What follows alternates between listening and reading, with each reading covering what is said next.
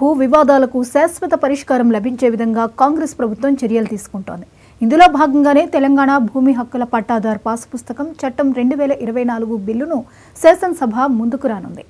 కొత్త బిల్లు చట్టరూపం దాల్చాక ఇప్పటి వరకు ఉన్న ధరణి వెబ్సైట్ పేరును భూమాతగా మార్చనున్నారు. కొత్త చట్టంతో ప్రతి రెవెన్యూ రికార్డుకు సంబంధించిన నిర్ణయాలపై అపీల్ వ్యవస్థను పునరుద్ధరించనున్నారు. ప్రతి గ్రామంలో భూ రికార్డులతో ముడిపడిన వ్యవహారాలు చూడడానికి రెవెన్యూ శాఖకు చెందిన సిబ్బంది ఉండనున్నారు. ప్రతి రెవెన్యూ గ్రామంలో ఒక ఉద్యోగి రెవెన్యూ శాఖ తరపున విధులు నిర్వహిస్తారు. తద్వారా గత కేసీఆర్ ప్రభుత్వం రద్దు చేసిన గ్రామ రెవెన్యూ వ్యవస్థను పునరుద్ధరించనున్నారు.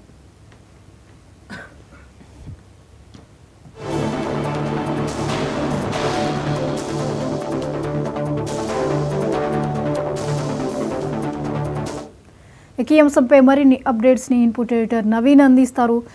నవీన్, చెప్పండి, గ్రామ రెవెన్యూ వ్యవస్థను పునరుద్ధరించనున్నట్లుగా తెలుస్తోంది, వివరాలేంటి?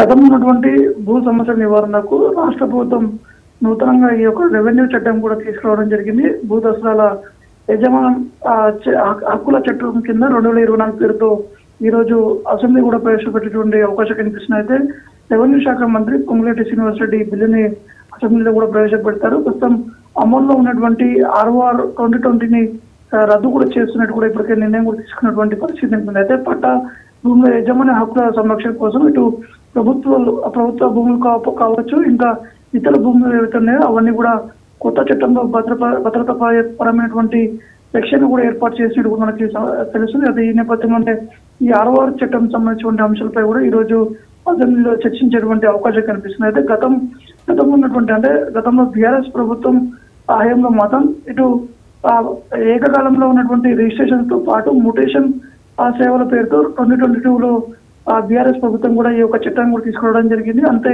తెలంగాణ పాస్ పుస్తకాలకు సంబంధించినటువంటి అంశాలు దాని పేరుతో కూడా ఈ యొక్క చట్టం కూడా తీసుకోవడం జరిగింది. అయితే ఇవన్నీ కూడా మార్పు చేస్తూ ఇప్పుడు ఈ ప్రభుత్వం కూడా ఈ యొక్క యాజమాన్య హక్కుల చట్టం 2024 పేరుతో కూడా ఈ రోజు శాసనసభలో కూడా ఈ యొక్క బిల్లును కూడా ప్రవేశపెట్టినటువంటి పరిస్థితి ఉంటుంది. అయితే దీనికి సంబంధించి ఒక కమిటీ కూడా ఏర్పాటు చేయడం జరిగింది. ఈ ఏడాది జనవరి 9న 5 సభ్యులతో కూడా ప్రత్యేకంగా కమిటీ కూడా ఏర్పాటు చేశారు. ఆ కమిటీ ఉన్నటువంటి నేతలందరితో కూడా చర్చించడం జరిగింది. అయితే ఈ కమిటీలో మాత్రం కిసాన్ కాంగ్రెస్ జాతీయ ఉపాధ్యక్షుడు కోదండరెడ్డిని ఇటు కమిటీలో ఉన్నటువంటి కీలక నేతగా కూడా ఉంచినటువంటి పరిస్థితి నెలకొంది. దాంతోపాటు ఇతర కొంతమంది ముఖ్య నేతలతో కూడా చర్చించారు. దాంతోపాటు ఇటు దేవాదాయ సంబంధించినటువంటి భూములకు సంబంధించిన అంశాలు కావచ్చు, అటు రెవెన్యూ సంఘాలు, అటవీ శాఖ అధికారులతో కూడా ఈ యొక్క సమావేశం కూడా ఏర్పాటు చేసి దానికి సంబంధించినటువంటి ప్రయోగాత్మకంగా ఏ విధంగా ముందుకు వెళ్లాలన్న అంశాలపై కూడా ఇటు కమిటీ కూడా చర్చించడం జరిగింది. అదే ఈ చర్చ తర్వాతనే ఈ రోజు ఈ యొక్క బిల్లును కూడా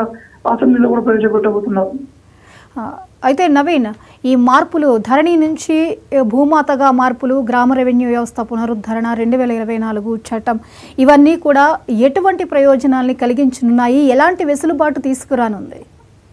అంటే ఖచ్చితంగా అంటే ఈ బిల్లుకి సంబంధించినటువంటి అంశం టేబుల్ పైకి వచ్చిన తర్వాత, దీనిపై చర్చ జరిగిన తర్వాత ఇందులో చాలా కీలకమైనటువంటి అంశాలు, కీలకమైనటువంటి మార్పులు కూడా జరిగేటువంటి అవకాశం ఉన్నాయని చెప్పేసి ఇప్పటికే ప్రభుత్వంలో ఉన్నటువంటి అధికారులు కూడా చెప్పడం జరిగింది. అయితే ఈ బిల్లులో ఉన్నటువంటి కొత్త చట్టం ఉన్నటువంటి కొన్ని అంశాలు చూసుకుంటే మాత్రం ఇటు అప్పీల్ కు 60 రోజుల సమయం కూడా ఇవ్వడం జరుగుతుంది. ఎందుకంటే భూ దసరాలో అభ్యంతరాలకి సంబంధించినటువంటి అంశాలు కావచ్చు, తహసీల్దార్ జారీ చేసినటువంటి ఉత్తర్వులపై మాత్రం ఇటు RDOకి అంటే ఏదైనా ఇష్యూ ఉంటే మాత్రం వారు అప్పీల్ చేసుకోవడానికి దాదాపు 60 రోజుల సమయం కూడా ఇస్తున్నట్టు కూడా ఈ చట్టంలో కొన్ని కీలకమైనటువంటి అంశాలు కూడా ప్రస్తావించడం జరిగింది. దాంతోపాటు మ్యూటేషన్ సంబంధించినటువంటి విషయాలు చూసుకుంటే మాత్రం భూమి మ్యూటేషన్ అధికారులను RDO పరిధిలో తీసుకొచ్చేటువంటి అవకాశం కనిపిస్తుంది. దీంతో పాటు మ్యూటేషన్ కి దరఖాస్తు చేసుకున్నటువంటి సమయంలోనే ఇటు భూ సర్వే కూడా చేపట్టేటువంటి అవకాశం ఉన్నట్టు కూడా ఇప్పటికే ఈ చట్టంలో కూడా వారు ఉన్నట్టు కూడా తెలుస్తుంది. దాంతోపాటు కింద సంబంధించినటువంటి విషయాలు చూసుకుంటే మాత్రం ఎందుకంటే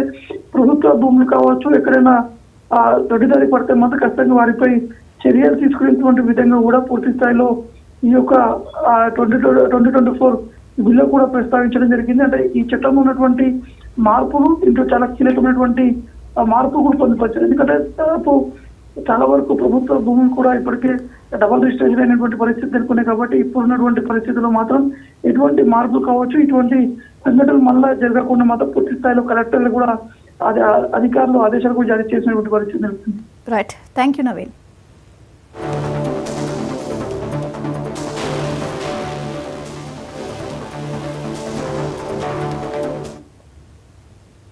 అమెరికాలో గౌతమ్ అదానీపై కేసు, మణిపూర్ అల్లర్లపై ప్రధాని మోదీ వైఖరిని నిరసిస్తూ టీపీసీసీ ఈవేళ చలో రాజ్ భవన్ కార్యక్రమం నిర్వహించనుంది.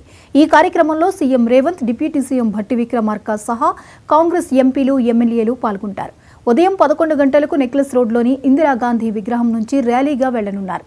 మణిపూర్లో అల్లర్లు జరిగినప్పటి నుంచి ప్రధాని అక్కడ పర్యటించలేదని కాంగ్రెస్ విమర్శిస్తుంది.